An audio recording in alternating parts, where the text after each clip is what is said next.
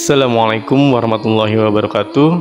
Sobat Rohid Muslim Story yang dimuliakan Allah, semoga kita selalu dalam keadaan sehat walafiat. Amin ya robbal alamin. Banyak dari kita yang merencanakan untuk menyambut tahun baru Masehi, dan tidak sedikit orang-orang yang mempersiapkan segala sesuatunya yang diperlukan untuk mengadakan pesta di malam pergantian tahun 2024. Lalu bagaimanakah tanggapan kita sebagai seorang muslim dalam menyingkapi malam pergantian tahun ini? Untuk itu, di momen kali ini yang akan kita bahas adalah sejarah tahun baru Masehi. Sobat Rohid Muslim Story yang dimuliakan Allah, tahukah sobat-sobat siapa yang membuat kalender Masehi ini? Jadi pada tahun 527 Masehi, Kaisar Romawi yang bernama Justinian pada saat itu memerintahkan kepada petinggi gereja Katolik yang bernama Dionysius Exiguus untuk membuat sebuah penanggalan yang nantinya akan dipakai oleh semua orang di muka bumi ini. Tahun Masehi ini dibuat berdasarkan perputaran bumi terhadap matahari. Nah, kalender Masehi ini pertama kali digunakan di benua Eropa. Pada saat itu, tanggalan Masehi ini diberi nama Anno Domini, yang biasa disingkat atau yang memiliki makna tahun Tuhan kita.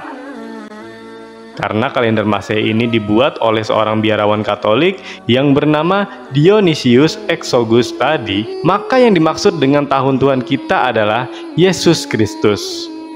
Nah, tahun Masehi sebenarnya dibuat bertitik tolak pada kelahiran Tuhan mereka, yaitu Yesus Kristus. Pada awal mulanya, penanggalan Masehi ini dibuat Dionysius Exiguus ini hanya memiliki 10 bulan saja.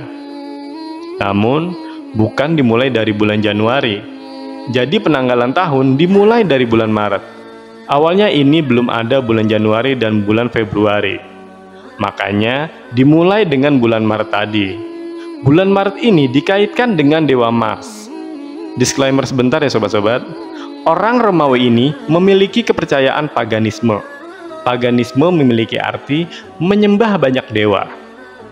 Nah, pada akhirnya diambillah nama-nama dewa yang mereka sembah ini menjadi nama-nama bulan. Sobat Rohid Muslim Story yang dimuliakan Allah, baiklah, di sini kita akan menjelaskan asal-muasal penamaan nama bulan pada penanggalan Masehi. Yang pertama, bulan Maret. Bulan Maret ini diambil dari salah satu nama dewa mereka, yaitu Dewa Mars. Dewa Mars ini adalah dewa yang melambangkan keberanian atau biasa disebut dengan dewa perang. Kemudian bulan kedua yaitu April. April ini diambil dari nama sebuah perayaan penyambut musim semi. Karena di bulan-bulan sebelumnya mereka mengalami musim salju. Oleh karena itu, perayaan ini disebut dengan perayaan Aprili, yang memiliki arti mekarnya bunga di musim semi.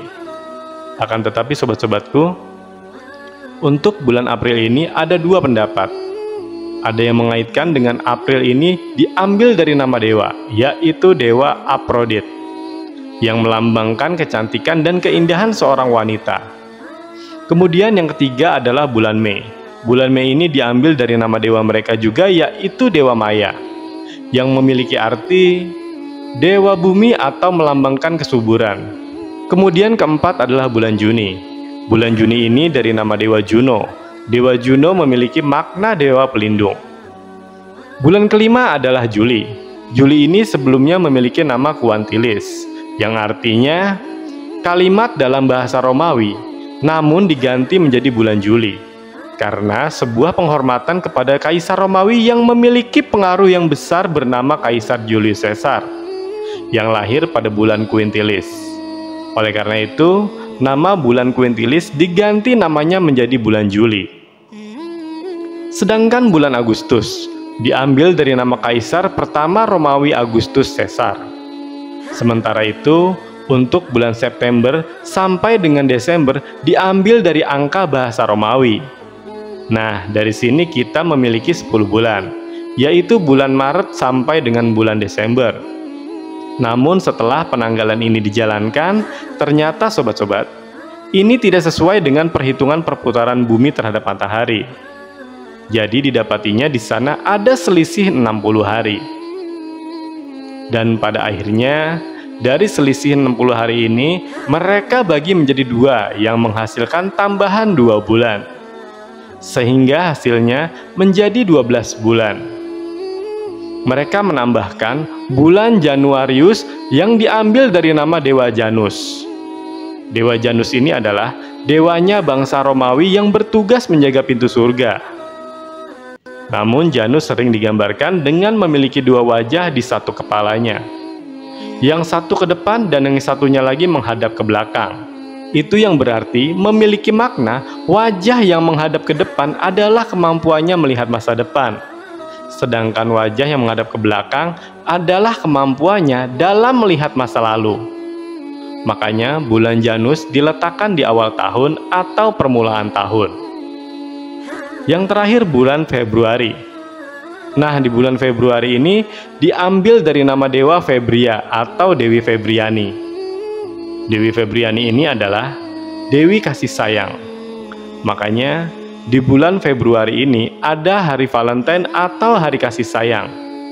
Dengan ditambahkannya bulan Januari dan Februari ini, maka lengkaplah kalender Masehi ini menjadi 12 bulan di dalamnya. Sobat-sobatku seiman, seperti yang kita ketahui, banyak masyarakat kita yang merayakan pergantian tahun baru ini. Bahkan, seluruh belahan dunia pun ikut merayakannya. Dan gak sedikit juga jumlahnya dari kita umat Islam yang ikut serta dalam perayaan tahun baru ini. Dengan meniup trompet, kembang api, dan ada juga yang memakai topi kerucut khas tahun baru. Namun apakah kalian tahu bahwa topi kerucut ini diadopsi dari sejarah topi San Benito? Topi San Benito berasal dari kerajaan Spanyol yang dipakai pada tahanan muslim, yang pada saat itu dipaksa untuk murtad.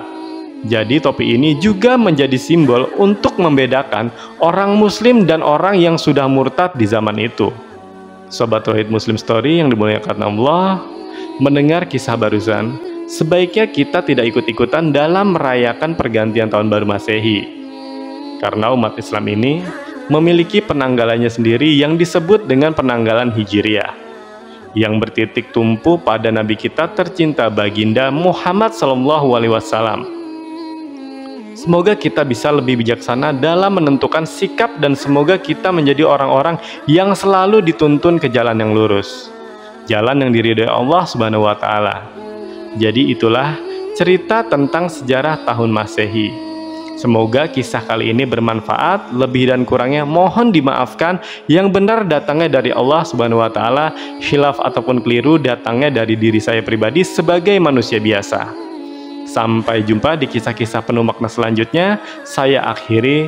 Wassalamualaikum warahmatullahi wabarakatuh.